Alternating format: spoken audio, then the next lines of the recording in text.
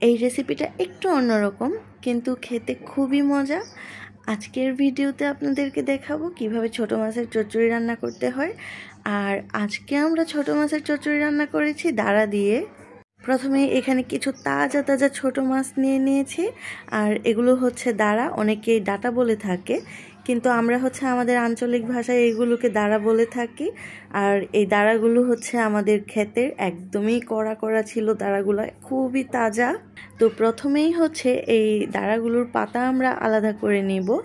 আর এই যে দাঁড়াগুলো দেখতে পাচ্ছেন, এই দাঁড়ার মধ্যে কিন্তু উপরে পাতলা একটা খোসা বা আবরণ আছে, সেটা কিন্তু ফেলে দিতে হবে।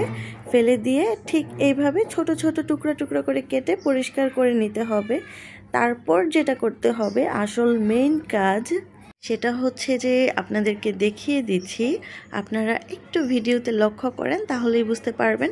প্রথমে এরকম একটা দাঁড়া তুলে নেবেন, তারপর বটির মাধ্যমে মাঝখান দিয়ে এভাবে কেটে নিতে হবে। তারপর মাঝখান দিয়ে কেটে আবারও হচ্ছে অপোজিট সাইড থেকে এইভাবে মাঝখান দিয়ে কেটে তারপর হচ্ছে 4টা বা 6টা করে ফালি করে নিতে হবে। মানে আপনারা যতটুকু চিকন করে নিতে পারেন আর কি। এটা যেহেতু একটু চিকন আছে সেজন্য 4টাই ফালি করলাম। আর যেই দাঁড়াটা একটু মোটা দেখবেন, সেই দাঁড়াটা হচ্ছে আপনারা 6টা ফালি করে নিতে পারেন। সো আমি আপনাদেরকে বোঝার জন্য আরও একটা বুঝিয়ে দিচ্ছি, দেখিয়ে দিচ্ছি। এভাবে করেই কিন্তু সবগুলো কেটে নিতে হবে, একটু ভিডিওতে লক্ষ্য করলেই বুঝতে পারবেন। আর এভাবে করে সবগুলো দাঁড়া কেটে নিতে হবে। এই দাঁড়াগুলো কিন্তু আপনারা আবার বেশিক্ষণ পানিতে ভিজায় রাখতে যাবেন না, তাহলে কুকড়ায় যাবে। এদিকে সবগুলো দাঁড়া কেটে নিয়ে মাছগুলোকেও খুব ভালোভাবে পরিষ্কার করে ধুয়ে নিয়েছি। কারণ দাঁড়া হচ্ছে যেহেতু সিদ্ধ হতে বা রান্না হতে একটু সময় লাগে, সেজন্য আমরা এইভাবে একটু চিকন করে পলে পলে নিয়েছি। তো আলাদা একটা পাতিলার মধ্যে আমরা দাঁড়াগুলো প্রথমে নিয়ে এখানে পেঁয়াজ কুচি দিয়ে দিব। পেঁয়াজ কুচির পরিমাণটা একটু বেশি নিতে হবে। তারপর দিয়ে দিব হচ্ছে আদা রসুনের পেস্ট, এরপর দিয়ে দিব জিরা মশলার পেস্ট। আপনারা ভিডিওতে লক্ষ্য করলেই কিন্তু পরিমাণগুলো বুঝতে পারবেন।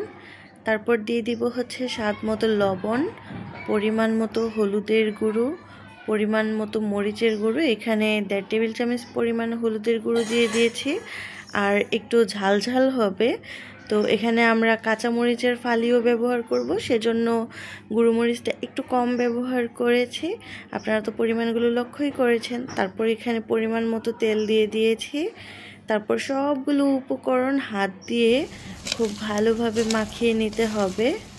এইটা হচ্ছে এই রেসিপির একটা মেন পার্ট বলতে পারেন। মানে আপনারা সবগুলো উপকরণ এমনভাবে হাতে মাখাবেন যে যেন মাখানোর পর এগুলো থেকে অনেকটা পানি বের হয়ে যায়। যখন মাখাতে মাখাতে পানি বের হয়ে যাবে, তখনই আপনারা বুঝতে পারবেন যে সবগুলো মশলা আর দাঁড়া সব উপকরণ একসাথে মাখানো হয়েছে ভালোভাবে। আপনারা আমার ভিডিওতে লক্ষ্য করুন, লক্ষ্য করলেই বুঝতে পারবেন যে অনেকটা কিন্তু পানি ছেড়ে দিয়েছে। আপনাদেরকে একটু সামনে থেকে দেখিয়ে দেওয়ার চেষ্টা করছি। দেখেন, দেখতেও কিন্তু অনেকটা সুন্দর লাগছে, মানে এক কথায় একটু জুসি জুসি ভাব আসছে এরকম আর কি। তো এই সবগুলো উপকরণ একসাথে মাখিয়ে নেওয়ার পর যেটা করতে হবে, এখানে সামান্য একটু পানি দিয়ে দিব। পানির পরিমাণটা এখানে খুবই কম দিব, কারণ এই রেসিপিতে কিন্তু কোনো প্রকার কোনো ঝোল থাকবে না।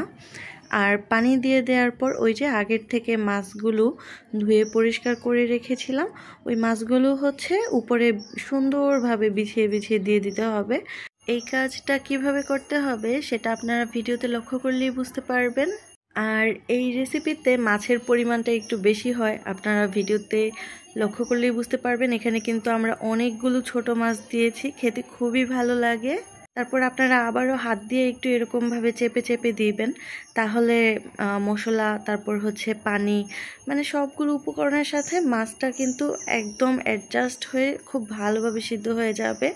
আর ডাঁটাগুলো তো আগের থেকেই ভালোভাবে চিকন করে কেটে নেওয়া হয়েছিল, তারপর হাত দিয়ে মাখিয়ে নেওয়া হয়েছিল, সেজন্য ডাঁটাটাও তাড়াতাড়ি সিদ্ধ হয়ে যাবে।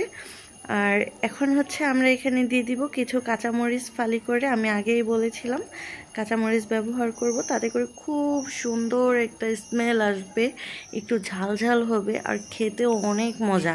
কিন্তু নাড়াচাড়া করার কোনো প্রয়োজন নেই, একদমই অল্প সময় লাগে এই রেসিপিটা তৈরি করতে। জাস্ট অল্প কিছুক্ষণ ঢাকনা দিয়ে ঢেকে রাখলেই চলে। আমি আবারও বলছি, এই রেসিপিতে কিন্তু কোনো প্রকার কোনো পানি থাকে না। আপনারা দেখতেই পাচ্ছেন আমাদের রান্না কিন্তু কমপ্লিট।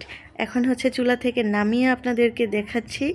দেখেন কোনো প্রকার কোনো পানি নেই, কিন্তু খুবই জুসি একটা ভাব আছে। এক কথায় অসাধারণ একটা রেসিপি। আপনারা চাইলে এভাবে বাসায় ট্রাই করতে পারেন। আজকের মতো বিদায় নিচ্ছি, দেখা হবে পরবর্তী ভিডিওতে।